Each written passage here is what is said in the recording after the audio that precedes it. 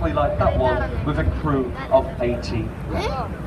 And the pubs that I pointed out are quite calm and quite nice to go to. Look how busy that one is there behind us on your left, the Oyster Shed. They're all the bankers from up in the city come down after they've finished work. So it's an expensive pub as well. So you might want to avoid that one. Full of bankers. The London Bridge.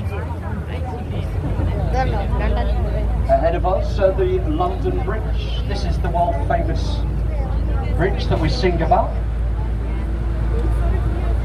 Look either side of the boat, you'll see the name engraved into the stone. This is it, London Bridge. The first London Bridge was put here in 43 AD. Probably the most famous London Bridge was completed in the year 1209. It was here for 622 years. The old medieval London Bridge. And we're going nice and slow for you to see this. Look on your left, you can see shortly the monument to the Great Fire of London. The stone column with the golden flame upon the top, built to resemble a candle, said to be a candle that started the Great Fire of London in a baker's shop in Pudding Lane on the 2nd of September 1666. You want to visit it, there is a train station next to it called the Monument and another one close by called Bank. Okay. And here on your right, this is by London Bridge Station, the Shard of Glass. I mentioned it earlier, it's 1,017 feet. It's the biggest building in this country. And you can go to the top of that building and look out of the window. You'll pay £30 each for that privilege. It's a lot of money, isn't it?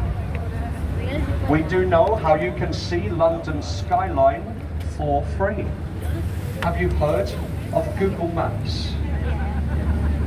You may not have heard of this building on your left.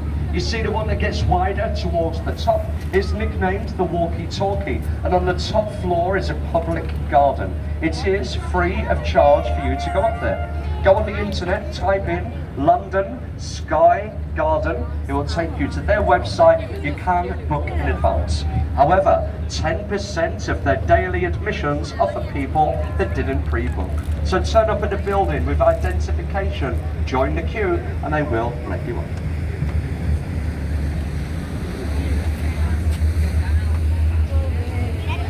You could go up the Shard. You could go halfway up the Shard to the restaurant called the Obelisk. You pay some money for a bit of food and you get a view at the same time. So that's what I would do if you're having a nice evening. You're out with your lady or whatever you want to do to say the Shard is still a good option. And here on your right, the large grey warship, the HMS Belfast, the largest light cruiser ever commissioned by the Royal Navy. It weighs 11,500 tons. Saw action all throughout the Second World War, but they moored it here permanently in the 70s. It's now part of the Imperial War Museum. You can go all over the ship today. It's closed at the moment, I believe. It's been open all day long. Of course, they've got to close at some time. It takes a couple of hours walking around, and it's well worth doing, especially if you've got young, energetic children.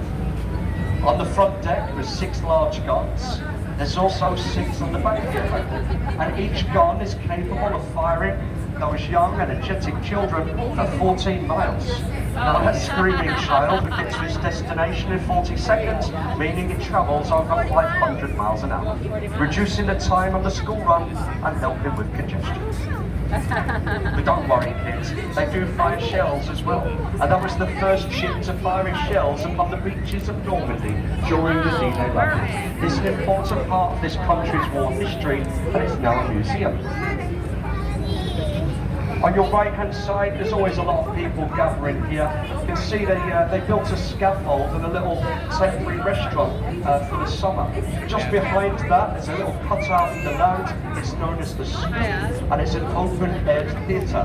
There is another theatre behind it as well, enclosed.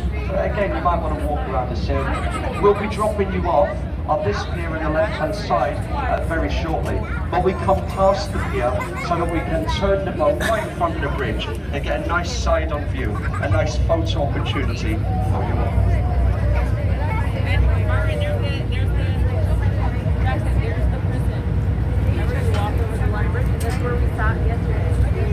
glass building. This is the old City Hall on the right, just behind us now.